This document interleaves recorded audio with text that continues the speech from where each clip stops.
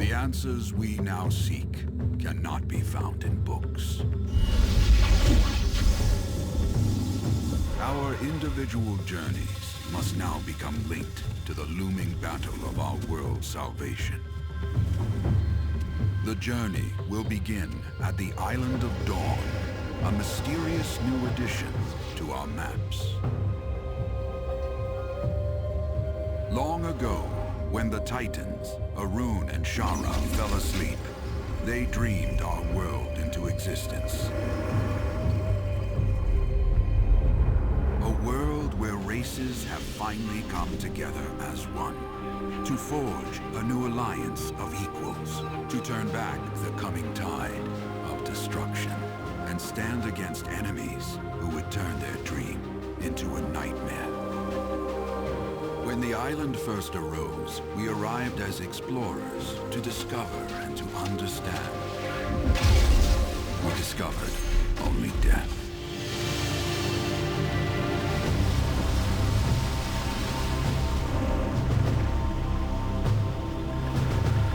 Now, the best and brightest are arriving on the Island of Dawn, and your journey has led you here to help us make our stand.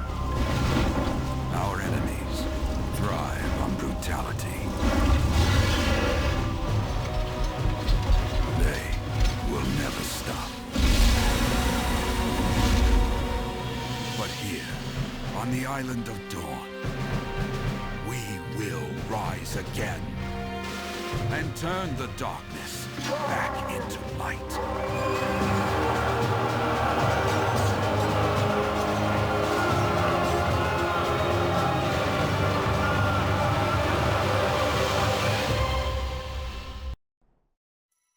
The Divine War sundered gods and titans, destroying the world that was. Amid the tragedy, a single drop of hope coalesced to preserve one tiny part. Sheltered from time, a mystical tree grew, giving fresh eyes the power to see the world as the gods once saw it. The world's greatest scholars and magicians came to study the divine tree and protect it. They magically erased the island from mortal records, but not before the forces of evil sent their own champion.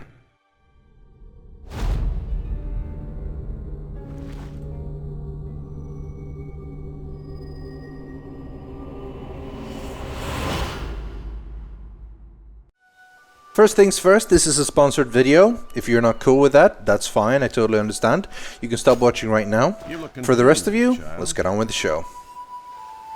So here we go, this is the starting zone, the Island of Dawn, where all races and all classes start, really. And here we see the first close-up look of my character, the Elan. Yeah, the only race that can be ninjas are the Elan. And the Elans are these young girls that barely wear any clothes. And they're always female. And guess what, guys? They have an immortal soul. So, yeah. It's very anime. Extremely anime. I would have loved to have been able to play any other race. The human, the elf, the Castanic, or whatever they call. They were pretty cool. But I can't. It's this Elan or nothing. They're not badly animated anyway. It's just not the type of character I would normally do. So, whatever. Deal with it. Because the ninja itself is pretty fun so far. Overall, the beginning is pretty much exactly the same. I don't know why the game always starts you off doing like slow things. I guess it makes sense in a way. You're learning the controls and so on, but it's always a bit boring. Mainly because I feel like in this one it's a little bit more boring than always because I didn't really feel grabbed.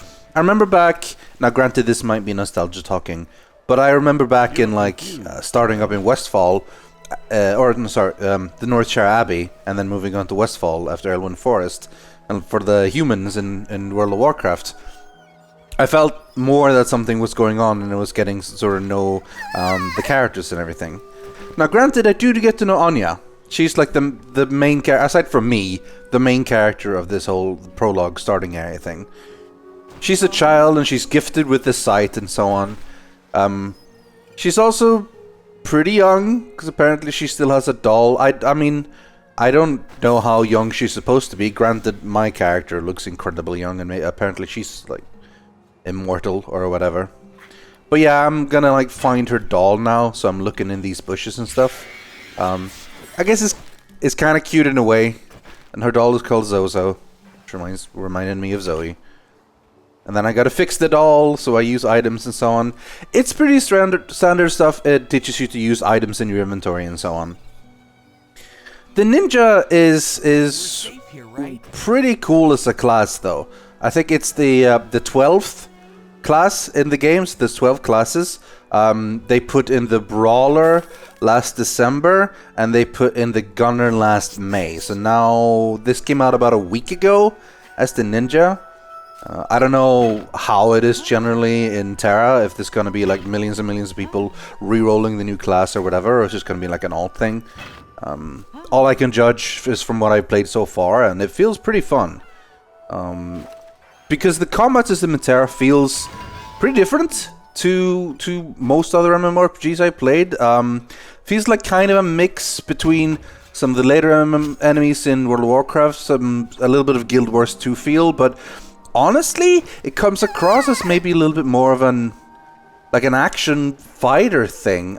We're gonna see some combat in a bit, but basically we're melee DPS, and we're all about like being fast and hit and run and dodging and stuff. It's pretty cool. Plus the weapon is pretty cool, the Shuriken thing. So, what you do generally is that you have a basic skill in the beginning, which is just attack, because we're only level, 3 or something, so we have the basic attack in the beginning. We also have a dodge move that we'll eventually follow up with. But we level up a couple of times and we unlock a bunch of skills. And the skills end up basically chaining together. So you start like this, you see the little thing on the ground, that means where they're gonna attack as long as you can avoid. You can just mash auto attack and it looks pretty cool.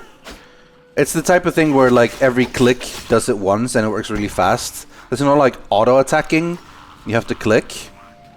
So you keep doing that and then you gotta dodge. You can dodge with the ability that was like decoy jutsu, which leaves like a log where you were standing and then you jump behind the enemy, which is pretty cool. And then there's a system that sort of combos the spells together. So I start with decoy jutsu. Oh, I level up, hooray. And then the game sort of immediately tells me like, hey, you can do this skill now to chain into it. So it shows up and I can press it and then I combo spells around. So I think at the end of the starting area-ish, I had about 6 or 7 abilities, and they could all sort of chain together to make this cool little combo thing. Actually comboing them was pretty much just pressing like the one button first and then timing once the attack were done, pressing another button. It wasn't particularly like difficult or anything, but it wouldn't really be more difficult if I just pressed different buttons either. If I pressed 1, then 2, then 3, then 4, I might as well just press one button and then space and space and space. I can start it off in different ways. Eventually I get an ability that I was bound to see, which is like my, I think a jagged path or something similar. I start with that and sort of go through them. I end up behind them. I do some attacks. They turn towards me. I decode jutsu to jump behind them. And then I follow up with like finishing moves from that point on. Towards level 10, 11-ish, I get the final cool, awesome move with a 20-second cooldown. Which I'm looking forward to show you. It's pretty fun. I actually genuinely enjoy the combat in this. It's in the starting area, everything is incredibly easy. Like, they all die very quickly and I take barely any damage. So I'm looking forward to giving it a go more higher levels and then sort of feeling the value of it. The boss fight that we come up to eventually was the fun stuff. This is the skill system. It's pretty standard. You just click and you buy and you get them. And there's like upgraded versions of them. And a certain version of WoW, you stopped having skill ranks and they just sort of automatically scale with your level. In TERA, they still do to have different ranks. So when you level up, you need to make sure you buy those things. I just did Jagged Path there. It looks pretty cool.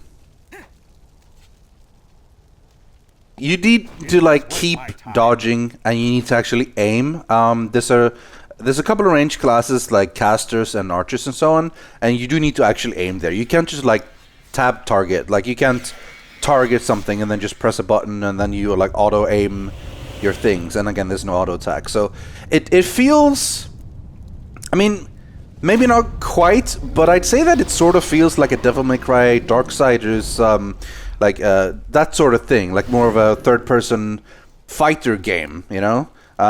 It's not exactly the same because there's a whole, you have no collision thing going on, and like I can just walk through this guy mostly, and it looks a bit strange, and it's cool though. I generally do enjoy it. I feel like it's very different than most MMORPGs.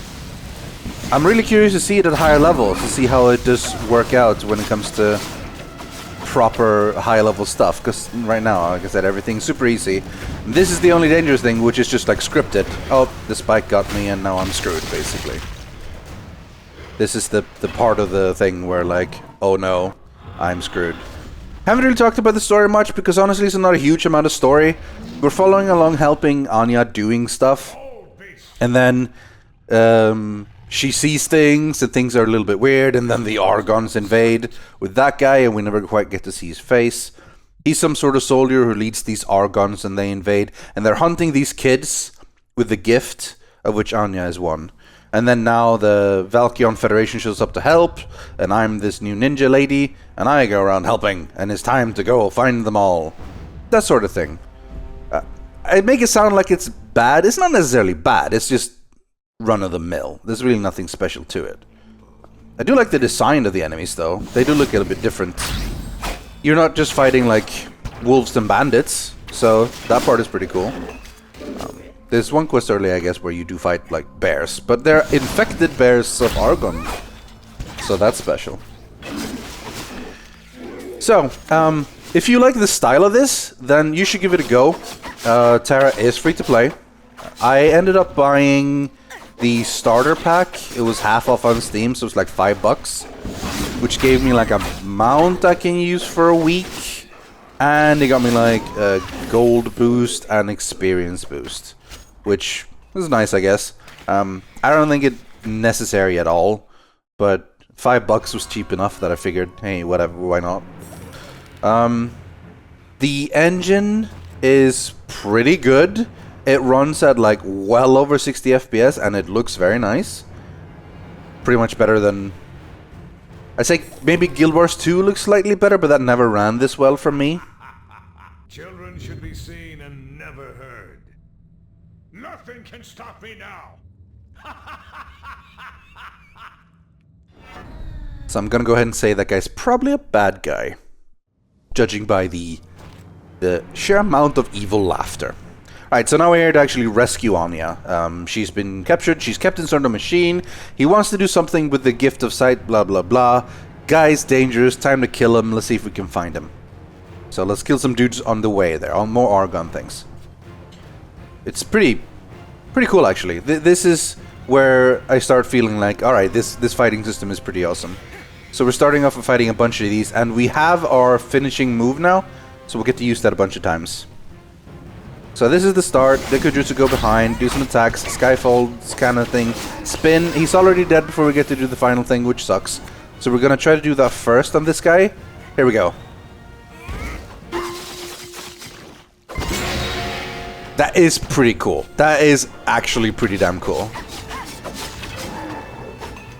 I genuinely think that if I had been able to be like another class, or another race for the ninja, I would really play this like a lot. Right now I just go like, I think my character's kind of cool, but she's also a tiny little anime girl who doesn't wear any pants, which is a little bit silly.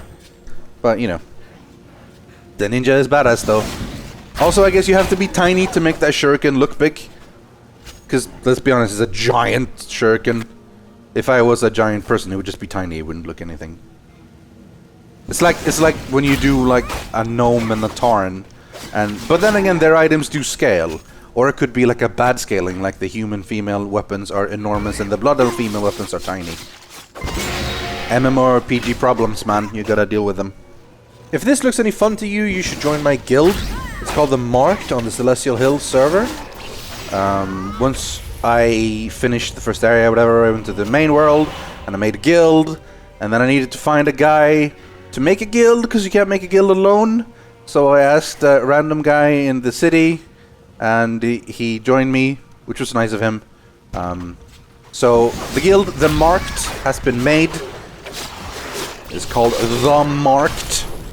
We have the cool ass symbol, which you may or may not recognize, and you should all join if you want to play. So follow the link in the description, sign up for TERA, and join my guild. So once you're level 8, you just search for The Marked in the guild thing. You request to join, and I'll get around to clicking apply. I'll make a bunch of people officers eventually, so I don't have to be online and invite everyone. If you join my guild before the 7th of June, you can get a free in-game costume. It looks like this. It's pretty cool. It's the rogue's gear. It's pretty cool. You also get a temporary version of a flying mount. It looks pretty cool. It looks like this. You also have a chance of winning an even cooler flying mount that's actually permanent. And that one looks like this. That's pretty much it. So long as you're in the guild before the 7th, you get all these things. If you're also level 30 by the 10th, you have a chance of winning a pretty cool custom prop Shuriken, signed by me. There's also this event on the 10th called a BAM event, where all guilds show up and kill a whole bunch of monsters. The guild with the most people there wins prizes. BAM stands for Big Ass Monsters, which is particularly what we're fighting right now. The Argon Predator. We fought him before, and then he did the spike thing that ended up stunning us, and then he attacked us. We passed out, and a whole bunch of things happened. So now he's doing the thing again, but this time, hooray, Anya will help us. Kinda feel like it should have been some voice acting here. You just sort of sit here and then some text shows up while nothing happens. Comes across a little bit awkward, but I get what they're going for. So she breaks me free, and now I can actually finally kill the boss properly. I like how they have like multiple health bars. Rather than one really long one, it's like 10 smaller ones that changes color. That feels pretty cool. So this boss fight is cool. I wish there was more stuff like this. I'm sure there will be eventually. It's not actually very challenging still. It feels like intimidating because it's so big and it's got such a lot of health and stuff, but I'm pretty sure my health never like went below 90% really. I know it's a starting zone and everything, but I'd like some challenge. It's always cool if you feel like there's some danger in the early leveling. But it definitely feels flashy and it feels epic to finally kill him, especially once it like beat you once before.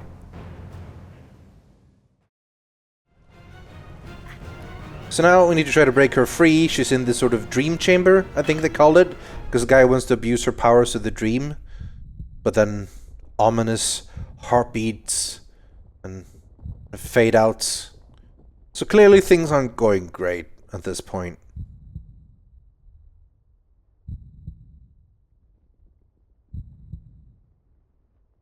My heart sees you always.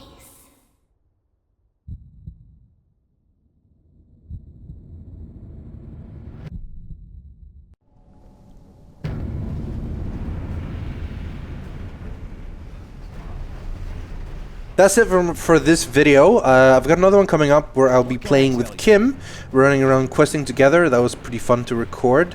I hope you guys will enjoy it. But until then, goodbye. Unable to harness the tree's power, the Argons left, content with stopping the divine sight. Without the Seer's warnings, the Argon assault began in earnest. The Valkyrian Federation rallied the races together to defend against the Argons. But now, more than ever, they need strong defenders, like you.